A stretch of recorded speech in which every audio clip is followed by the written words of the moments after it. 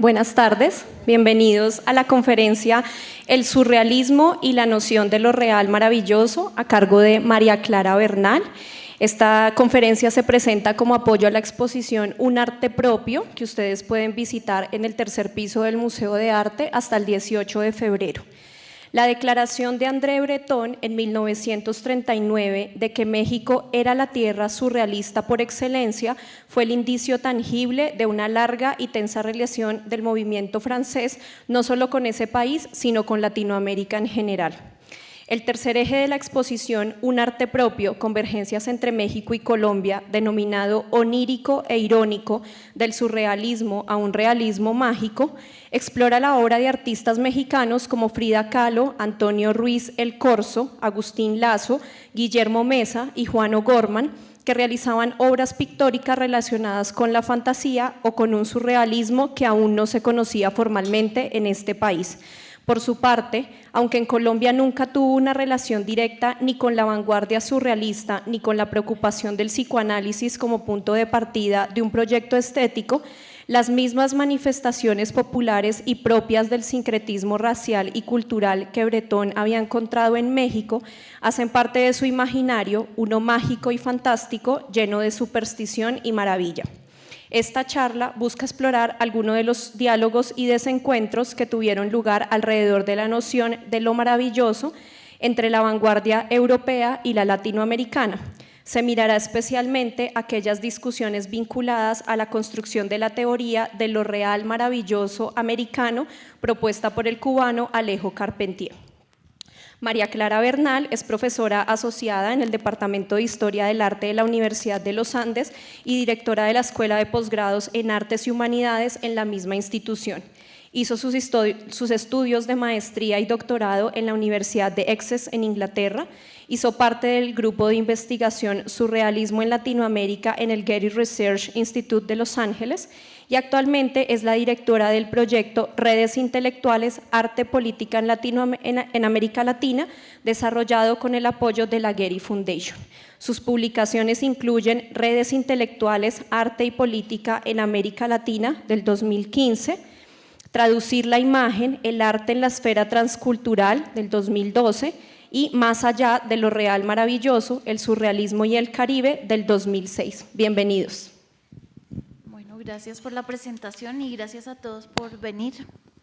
Por favor, me avisan si estoy hablando muy pasito, tiende a sucederme, y me avisa sobre el tiempo. Voy a intentar moverme entre leer un poco y hablarles sobre cosas que he encontrado en archivos y sobre encuentros. Si a algunos les interesa profundizar un poco más sobre el tema que vamos a tratar hoy, la investigación de la que voy a hablar hoy está consignada en el libro de Más allá de lo real maravilloso, que pueden encontrar en la biblioteca acá. Bueno, arranquemos entonces. En su texto Cometa surrealista de 1947, el poeta francés André Breton hace una reflexión sobre los fines del movimiento y cita como punto importante el rejuvenecimiento intelectual del hombre. En repetidas ocasiones Breton se refirió a la forma en que los poetas latinoamericanos aún estaban en contacto con un estilo de vida primordial y por lo tanto contribuían a ese rejuvenecimiento. Esta apreciación fue recibida con beneplácito por algunos intelectuales latinoamericanos y con recelo por muchos otros. Hoy lo que voy a intentar hacer es mostrarles algunos de esos puntos o momentos de contacto en donde se hace evidente estos roces que hubo entre el surrealismo y los intelectuales latinoamericanos. Y quiero arrancar por México. Entonces, ya nos hicieron la introducción a este tema de México, pero en 1939 André Breton publica en la revista Minotauro, que es la revista como insignia de esa época, la revista en la que van a publicar sobre todo sobre etnografía, que es el tema que los apasiona desde los mediados de los 20 hasta finales de los 30, publica un inserto que se llama Souvenir de México, que es este que ustedes están viendo acá. Esa revista pues era el órgano de difusión oficial de surrealismo, y en esta edición en particular va a incluir la carátula diseñada por Diego Rivera, aquí ven la firma, y va a incluir fotografías de Álvarez Bravo. Lo que sucede con esta fotografía en particular es muy emblemático con respecto a lo que sucedería en relación entre el movimiento francés y la producción local. Mientras Álvarez Bravo produce esta fotografía como testimonio de la muerte de un sindicalista, y así la llama, Breton no solo le otorga un nuevo título, la llama Después de la Rebelión, sino que le dota un carácter poético, al acompañarla con el siguiente texto, es el texto que está acá abajo. Dice: tierra roja, tierra virgen, que ha impregnado todo de la más generosa sangre, tierra donde la vida del hombre corre sin recompensa, siempre listo como el agave a consumirse en una flor de deseo y de peligro. Y ahí se ve precisamente el contraste entre los intelectuales locales y este francés que de alguna manera aterriza y ve lo maravilloso en lo que es el día a día de México, ¿cierto? La relación entre el surrealismo francés y México fue compleja debido a este tipo de idealizaciones por parte de los franceses y la desconfianza por parte de los mexicanos. Si nosotros revisamos este mapa surrealista del mundo que fue publicado en París en la revista Variedades en 1929, es decir, bastante tiempo antes de que Breton viajara a México, ya hay un indicio de dicha idealización.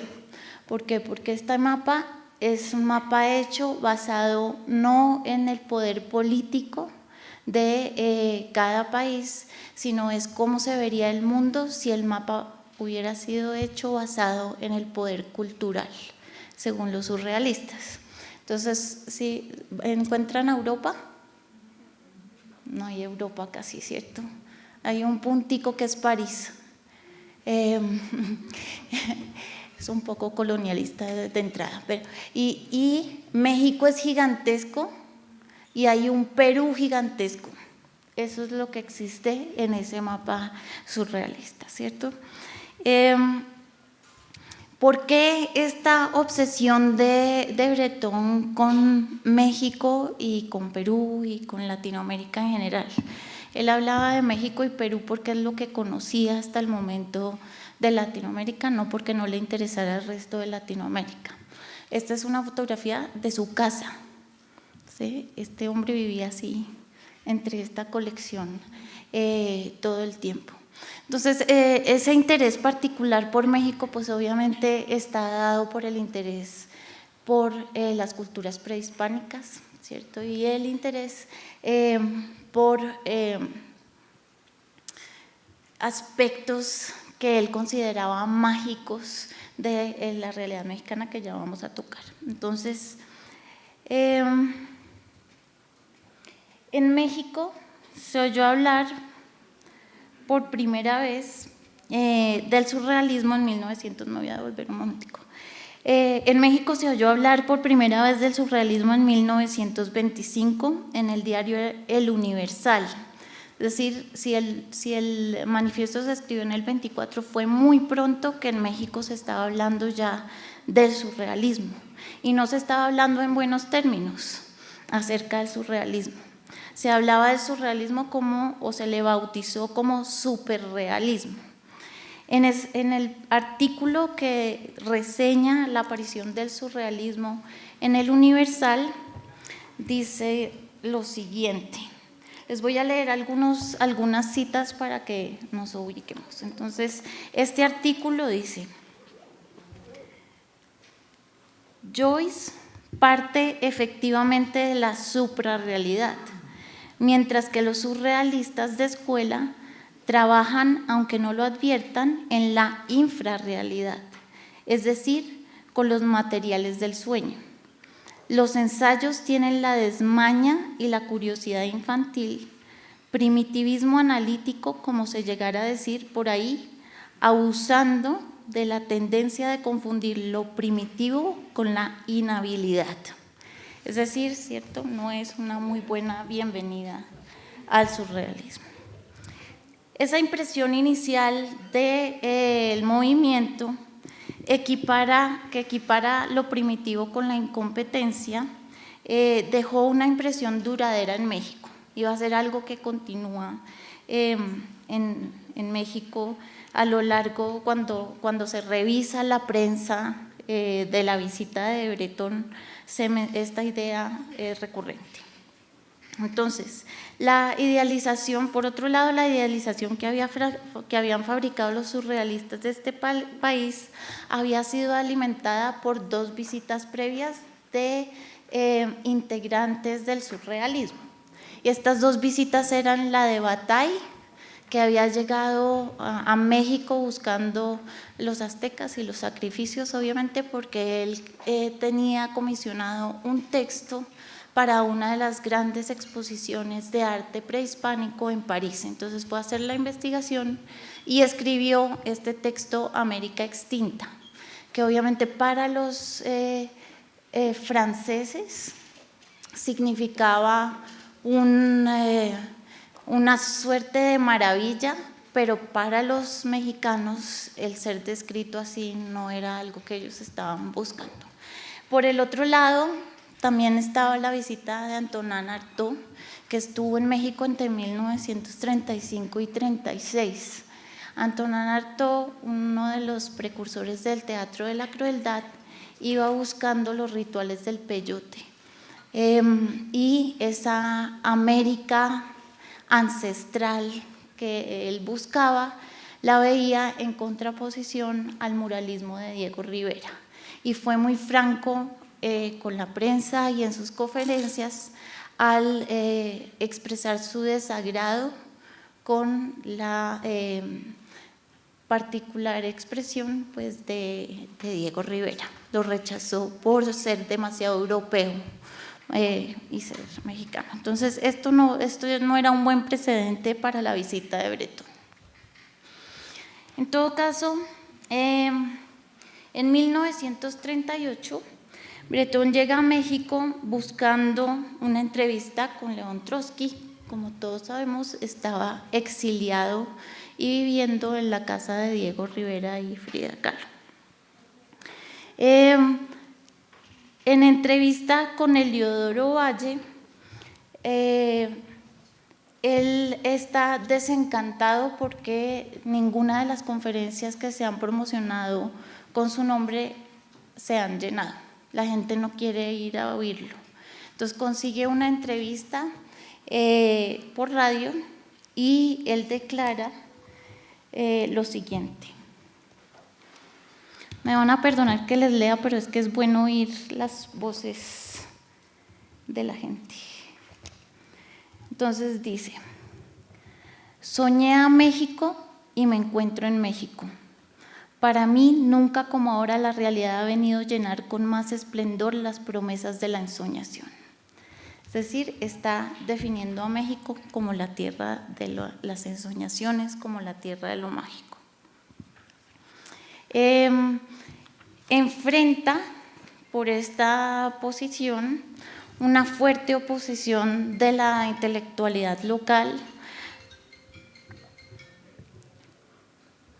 y no solo eso, sino que él llega a un México hostil. Bueno, él llegó allá había dos razones que lo fascinaban, además de la búsqueda de Trotsky, y era esa reconciliación entre la vida y la muerte, ese carácter festivo de hacer compaginar la vida y la muerte en México y de no crear una barrera propiamente dicha entre los dos estados, o lo que él consideraba dos estados que podían fluir uno entre el otro. Y el otro era el pasado revolucionario. y por eso él iba a buscar a Trotsky, pero su plan falló porque en 1933, es decir, 5 años antes de que él llegara allá, a él lo habían expulsado del Partido Comunista Francés. Y el Partido Comunista Francés lo previene a la LEAR, que es la Liga de Escritores y Artistas Revolucionarios de México, para que no reciban y no ayuden de ninguna manera a Bretón y a expandir, digamos, su discurso. Les voy a leer lo que dicen entonces los del LEAR en reacción a la visita de Bretón. Y ya deja muy claro que ahí no tiene espacio, ¿cierto? Lo único oportuno en su conferencia ante el auditorio del Paraninfo de la Universidad Nacional es su oportunismo para elogiar al presidente Cárdenas y a México como asilo de Trotsky. Y aunque Bretón no pudo influir en nuestro concepto estético, por lo menos contribuyó a modificar la célebre descripción de lo que era un francés. Según André Breton, francés es un señor decorado de una barba mática en forma de babero, que no ha viajado. Ustedes, señor Breton, no pasarán. Es decir, de ahí encuentra ya Breton la imposibilidad de entrar como movimiento propiamente dicho a desarrollarse en México, a pesar de que México sí va a acoger a muchos de los exiliados europeos. Y todos sabemos de Leonora Carrington, ¿cierto? De Remedios Varo. Todos ellos van a llegar y los van a acoger, pero a Bretón y a su ideología y a su movimiento no lo van a aceptar. Y el motivo por el cual hubo este rechazo tan certero, digamos, es el nacionalismo mexicano en realidad. Entonces el nacionalismo mexicano fue el obstáculo en dos sentidos. Primero, pues no querían ser admirados como una nación estancada en el pasado, ese sería uno de los motivos. Y el segundo, querían entrar en la modernidad internacional sin ayuda de una vanguardia europea. Querían entrar sin muletas, si se quiere. Entonces, viendo esta imposibilidad de entrar a México, de todas formas, en ese souvenir de México, Bretón sí hace un halago muy grande a la cultura mexicana y escribe al final en ese editorial acerca de la fragilidad de Europa y acerca de cómo ellos se han dado cuenta que esos otros mundos ya no son el mundo de la psique, sino son geográficamente de verdad otros mundos. Entonces ya ha caído en cuenta que Europa está en un momento a punto de, pues en un momento de decadencia total y que es imposible para el surrealismo seguirse desarrollando en Europa y tiene que buscar unas nuevas tierras. Viendo la imposibilidad de entrar dentro de la intelectualidad mexicana, va a explorar otra posibilidad que venían explorando los surrealistas desde hacía tiempo en América, que es el Caribe. En revistas y en libros se había explorado ya, por ejemplo, Haití, por ser el lugar en donde aparece, ¿cierto?, el vudú, en donde Michel Léry lo describía en su libro La Isla Mágica, este lugar misterioso en donde todo era posible. Lastimosamente, no va a suceder, no va a ser el primer contacto con Haití. Ese no va a ser el primer punto de contacto. El primer punto de contacto va a ser por accidente con el Caribe. Hacia 1938, con la persecución de Hitler del arte degenerado, los surrealistas también son perseguidos. Y Peggy Guggenheim desde Nueva York les ofrece un auxilio, una luz ella les saca los pasaportes, les consigue tiquetes en barcos que van hacia América y ellos todos tienen que esperar en Marsella. Ahí se reúne uno de los grupos más prolíficos y de verdad que si uno hubiera podido estar allá y escucharlos hubiera sido fascinante, porque estaban André Breton, André Masson, Wilfredo Lam, todos en el puerto de Marsella esperando ese barco para ir hacia América, hacia la promesa que les había hecho Peggy Guggenheim. Finalmente, en 1940, me disculpan la foto, la verdad tengo que confesar que la saqué de contrabando de un archivo en donde no dejaban tomar fotos, por eso es tan mala, pero es que no me puedo resistir. Y no me puedo resistir porque este es el barco en el que se subieron para hacer la travesía en el Atlántico. Y en ese barco está Lévi-Strauss, está Wilfredo Lam, está André Breton, está su esposa y fotógrafa Jacqueline Lambda, está la hija de André Breton, y todos van en ese barco por el Atlántico, ¿cierto? Y hay muy poco registro de esa travesía. Este barco debía ir directo a Nueva York, pero, y me van a perdonar también como la historia así contada, pero en la mitad del camino se les acaba el agua potable y tienen que parar en Martinica. Cuando paran en Martinica, Martinica ya está bajo el poder de Vichy y los llevan presos a un antiguo leprocomio, a todos estos intelectuales, y los tienen ahí reclusos un mes.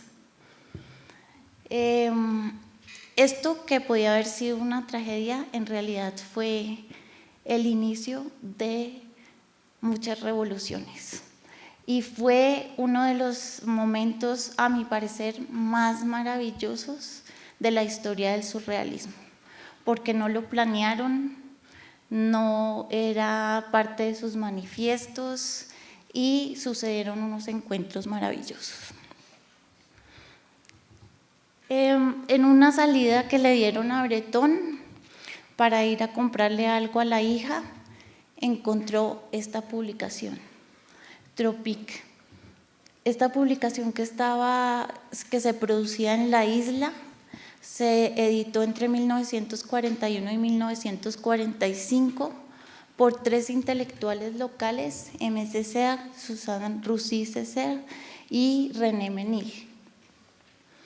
Él encontró esta publicación y la empieza a leer, y les quiero leer lo que él dice en su primer encuentro de esto.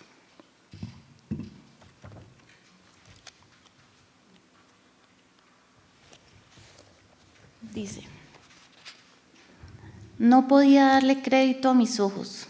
Lo que se estaba diciendo era exactamente lo que necesitaba ser dicho, no solo de la mejor manera, sino de la manera más contundente. Esta tierra que Césaire estaba revelando y que sus amigos ayudaban a explorar, sí, también era mi tierra, era nuestra tierra. Esta manifestación como de empatía causó en los intelectuales del lugar mucho revuelo. ¿Por qué? Porque algunos de ellos encontraban en esta afirmación como un respaldo a su revolución, y otros encontraban en esa afirmación la voluntad de Breton de quedarse con una tierra que no era de él. La voluntad era, acordemos que Martinica es un lugar, una colonia francesa, ¿cierto? Entonces crea de nuevo estos roces y estos enfrentamientos. Cuando Breton llega a Martinica, está cocinando una revolución inmensa sobre la forma como se ve, cómo se concibe, sobre su identidad, sobre su cultura, y la está cocinando en cabeza de este gran intelectual, Aimé Césaire. Aimé Césaire había regresado, había estudiado en la Sorbona. Él conocía el trabajo de Breton, pero no se habían conocido en París. Había regresado en el 39 a la isla con una publicación que iba a ser como el manifiesto de esa nueva Martinica, que se llamaba Cuaderno del Retorno al País Natal. Y en este Cuaderno del Retorno al País Natal lo que es un manifiesto ensalzando de alguna manera o en la defensa de las culturas afrodescendientes, porque Martinica era un lugar que había sido colonizado, no solamente en términos militares, sino en la mente de la gente. Y la burguesía y la aristocracia de Martinica quería o tendía a ser blanca, tanto así que chocante publicidad, ¿cierto?, de jabón es como vendían el jabón en Martinica en los 40. El jabón te va a blanquear, es tan bueno que te blanquea.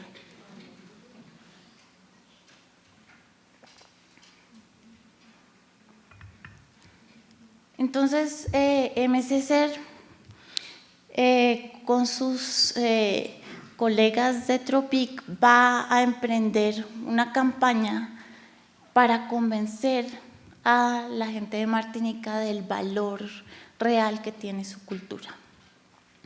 Y Breton va a enloquecer con esa campaña y va a decidir que va a apoyar totalmente esa campaña y se va a, digamos, a apropiar y va a tomar partido de esa campaña, tanto así que va a publicar en Tropic.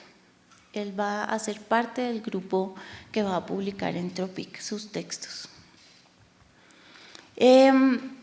Como les cuento, la recepción de Breton en Martinica fue como encontrada. Césaire encontró un respaldo, Suzanne Césaire también encontró un respaldo, aunque ella siempre dice que el surrealismo pues, fue más que respaldo una salvación, porque enseñó le enseñó a la gente local que había un valor en la cultura negra. Pero después está este personaje, al que no le parecía tan interesante eso de que Breton viniera a hablar de que esa era su tierra, y empezó a pensar por qué Breton se estaba apropiando de esa lucha si él tenía sus propias luchas, y empieza a escribir en el mismo Tropic en contra de ese intento de apropiación y los acusa de colonialismo cultural. Cuando los liberan de este centro de reclusión en Martinica, entonces el bote ya los lleva a Nueva York, y lo primero que hacen André Breton y André Masson en colaboración es escribir este libro, Martinica encantadora de serpientes, o publicarlo, porque ya lo estaban escribiendo y dibujando. Los dibujos son de André Masson, mientras estaban en reclusión. Y este libro también fue fuente de controversia, porque algunos lo ven como la defensa o el apoyo que hace Breton desde Estados Unidos a la campaña de Aimé Césaire, y algunos lo ven como una exotización de Martinica. Entonces, de nuevo, ahí hay otros roces que se pueden ver. Pero sí, en Martinica, André Breton fue encontrado como un colega en la lucha. En Haití es el lugar en donde él va a ser visto como un profeta. Es el lugar del Caribe en donde va a ser recibido de brazos abiertos. Breton llega ya como parte de una campaña diplomática. Tenemos que entender que Breton está pasando un muy mal momento en Nueva York. Allá no encuentra lo maravilloso, no es el lugar de los cafés de París en donde se puede sentar a reunirse con sus amigos a hablar. no encuentra las culturas nativas que le habían prometido porque esas están mucho más arriba. Entonces él vive en un desencanto total todo el tiempo, no habla inglés, entonces su único trabajo es una emisora francesa transmitiendo notas culturales para Francia, pero está atrapado. Entonces esta promesa de ir a Haití en esta misión diplomática pues se le presenta como la oportunidad de salir de Nueva York y llega a Haití a finales del 45. Y llega invitado por Pierre Mabille, que también es surrealista, aquí, para participar primero en la inauguración de la exposición de Wilfredo Lam, porque él había escrito el catálogo de la exposición, Breton había escrito el catálogo de la exposición, y segundo para dar una serie de charlas sobre arte europeo y sobre todo arte francés. Entonces él tenía que hablar sobre impresionismo, sobre las vanguardias, como dar una serie de clases sobre el arte en Europa. Él es recibido con mucho beneplácito, que está con Lamy y Mabille, pero él va a hacer encuentros maravillosos, como por ejemplo encuentra al pintor Héctor Hippolyte Ugán de cuarta generación, que alega pintar solamente bajo los mandatos de los loas. Y esto ustedes se pueden imaginar, para Breton es como la cosa más maravillosa que le podía pasar, era encontrar un pintor que alega que solo pinta en trance y pinta estas cosas. Estas tres pinturas formaron parte de la colección de Breton hasta su muerte y las tenía colgadas encima de su cama. O sea, eran muy significativas para él. Va a encontrar eso, pero también va a encontrar un grupo de jóvenes, se llamaban Les Griots, y Les Griots tenían este periódico, La Ruche o La Colmena. Un grupo de jóvenes que estaba muy descontento con la situación de Haití. Haití, recordemos, la primera nación negra libre, ¿cierto?, en la historia. Había perdido su libertad. La tenía de forma nominal, pero en realidad no la tenía porque el gobierno estaba puesto por los franceses. Entonces había un dominio como de lado sobre lo que sucedía allí. Entonces la llegada de André Breton la ven como ese aire de libertad.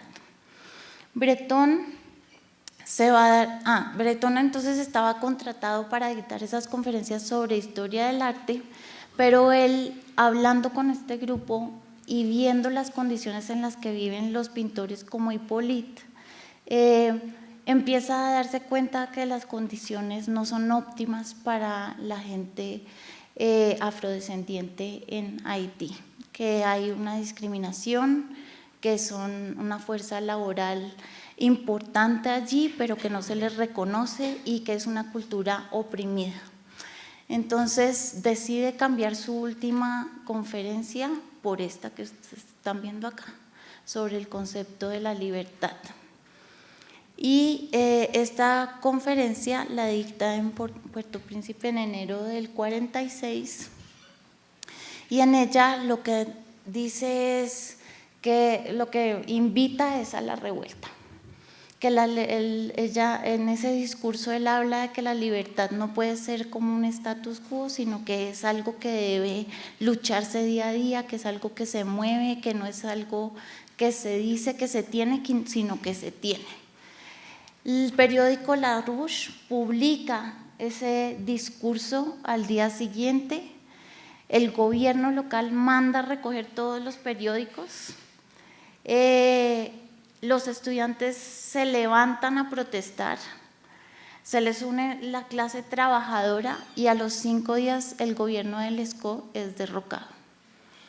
Entonces esto Breton quiso que su movimiento fuera político en Francia y no lo logró, pero su movimiento fue ciertamente político, por lo menos en Haití, y logró un cambio importante para, por lo menos para crear, abrir un espacio para que hablara gente que no tenía voz en ese momento. Entonces, pues es obvio que lo van a describir de esta manera tan hermosa, ¿cierto? Con su cabeza de león, una melena de sol, Breton dio un paso adelante, un dios engendrado por la luz. El verlo era percibir la belleza del ángel de la revuelta. Las sombras se convirtieron en fuentes de luz. Y esta es la narración del momento en que él se para a dar su conferencia sobre la libertad.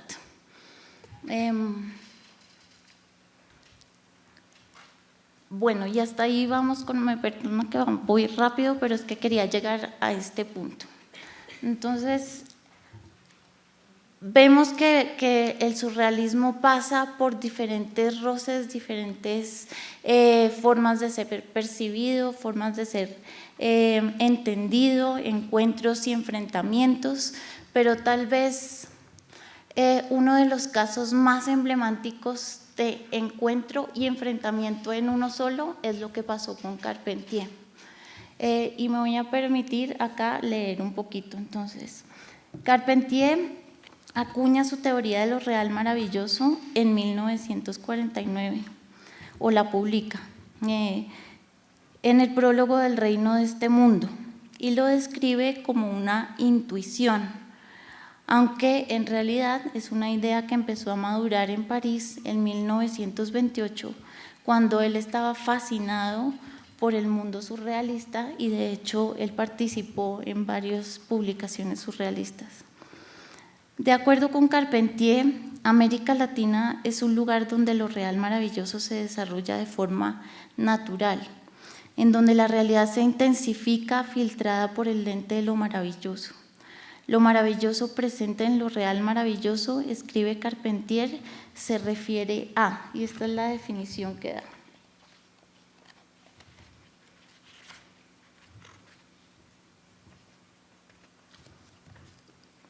Una inesperada alteración de la realidad, una revelación privilegiada de la realidad, una iluminación inhabitual o singularmente favorecedora de las inadvertidas riquezas de la realidad, una amplificación de las escalas y categorías en la realidad, percibidas con particular intensidad en virtud de una exaltación del espíritu que lo conduce a un modo de estado límite. En De lo real maravilloso americano, Carpentier describe cómo fue un viaje a Haití en 1943, es decir, 3 años antes de que lo hiciera Breton, lo que le reveló este mundo mágico. Él alega que este fue el mundo en donde los elementos que los surrealistas buscaban, utilizando medios artificiales, existía en un estado puro. Aunque admite que lo maravilloso existe en otros lugares, lo maravilloso latinoamericano se destaca por existir en 3 niveles. La naturaleza, pues no ha sido dominada; la historia, pues en ella coexisten diferentes tiempos y espacios; y el hombre. Para expresar lo maravilloso presente en la realidad americana, el artista, según Carpentier, no puede usar lenguajes europeos. Por eso, el surrealismo no es un término apropiado. Es necesario acuñar uno nuevo. Y para probar eso hace referencia a las cartas de relación de Hernán Cortés, en las que él dice que no puede nombrar todo lo que está viendo en América porque no tiene el lenguaje para describirlo. Carpentier intentó por todos los medios demostrar que su testimonio de lo real maravilloso americano era el adecuado para nombrar la realidad local. Se esforzó por hacer evidente la distancia entre la fantasía en términos europeos y la realidad, que era como una fantasía en América Latina. En ningún punto es tan notorio este conflicto con los valores europeos como en su relación con el surrealismo.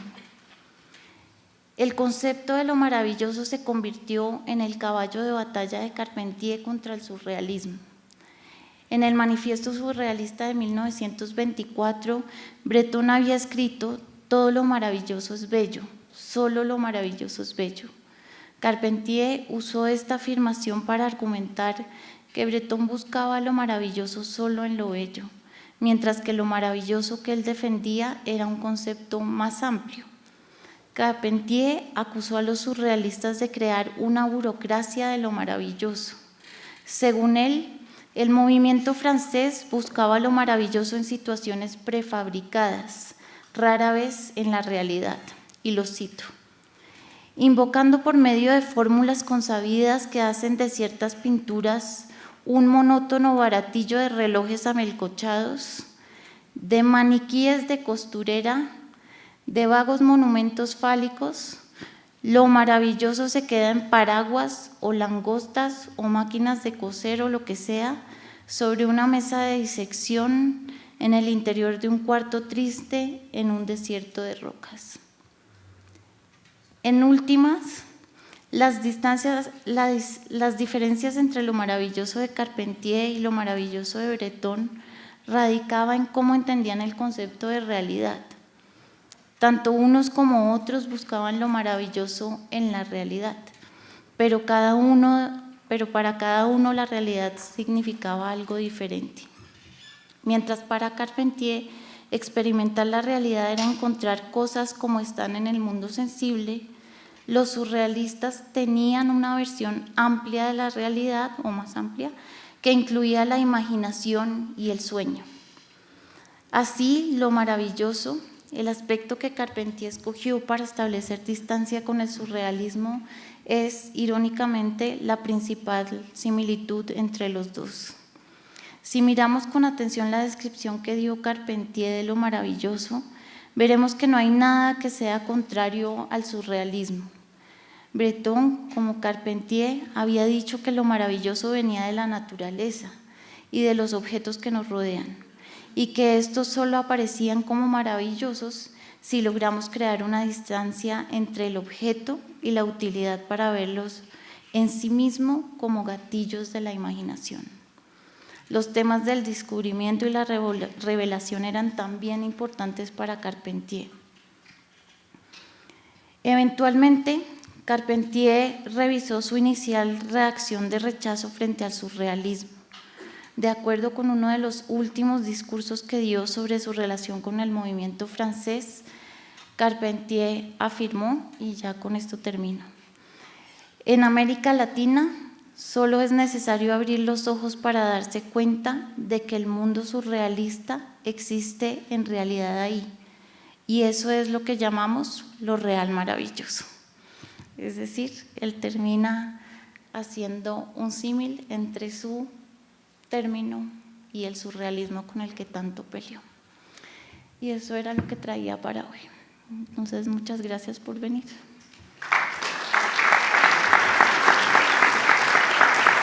¿Cómo ves el surrealismo, o no sé si sea realismo mágico, hoy en día en Latinoamérica? Esa es una pregunta que siempre me hacen y nunca sé cómo contestar, pero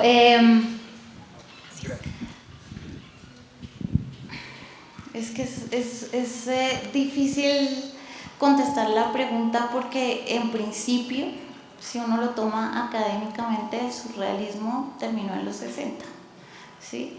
Pero si nosotros vemos el arte contemporáneo, pues está lleno de lo que se describe en los manifiestos.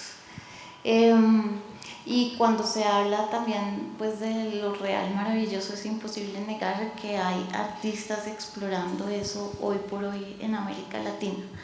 Lo que pasa es que es muy difícil como apegarse a esta definición histórica y todavía verlo completo en el arte contemporáneo, si me hago entender. Y no es una reflexión que se esté dando ahora porque se ve como algo histórico. Y lamentablemente para muchos de los historiadores del arte, hablar sobre lo latinoamericano, sobre el arte latinoamericano como lo real maravilloso se ha vuelto un cliché que nadie quiere utilizar. Yo quisiera que se reformulara digamos, esa negación que existe, pero como ha sido tan abusado también, porque en las exposiciones que se hacen desde Europa o Estados Unidos, que se hicieron en los 90s, ese fue un término que se usó tantas veces que perdió validez de cierta manera. Entonces esa es como la mejor respuesta que puedo dar a esa pregunta, porque yo no lo tengo claro. Gracias.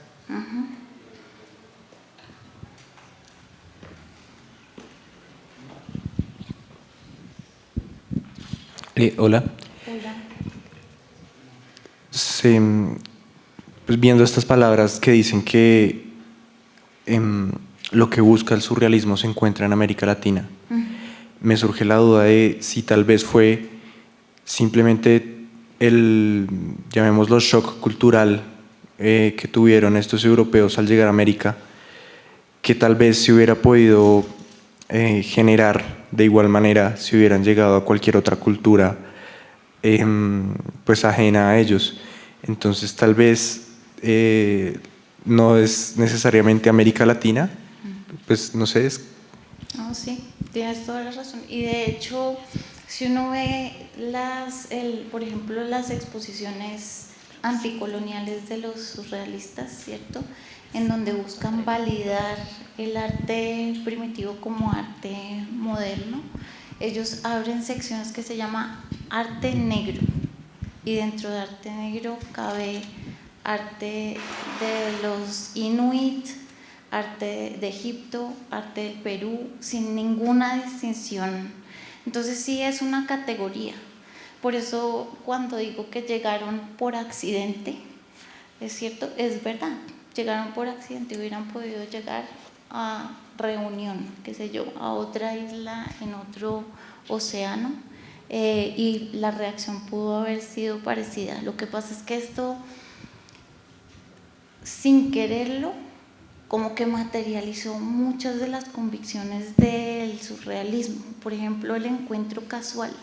¿Quién le iba a decir a Breton que parar por agua iba a significar semejante intercambio intelectual con estos gigantes del Caribe, que después van a ser los líderes de negritud y de las revoluciones bien importantes de reclamar los derechos de la cultura negra, ¿cierto?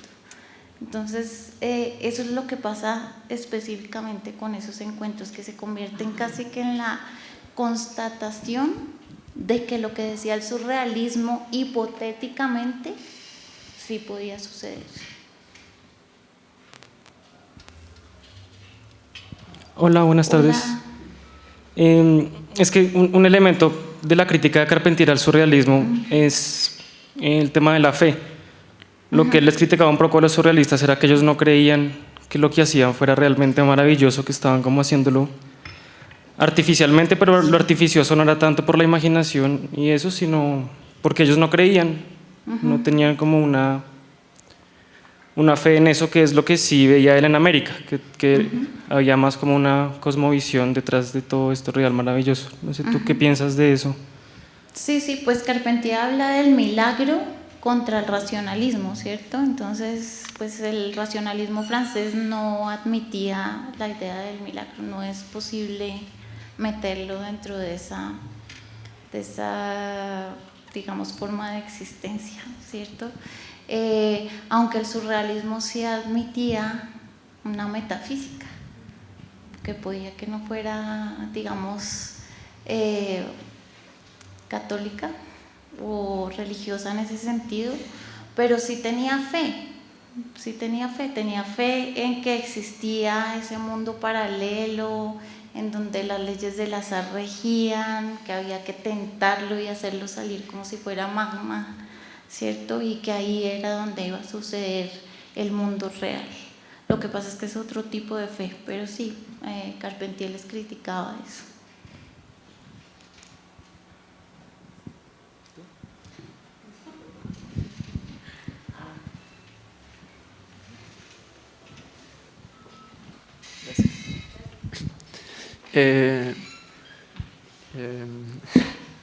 Digamos, la ruptura con Luis Aragón, como Sí. antes del 30 creo, digamos, era más acertado a la convicción de un surrealismo político, ¿cierto? Ujú, sí.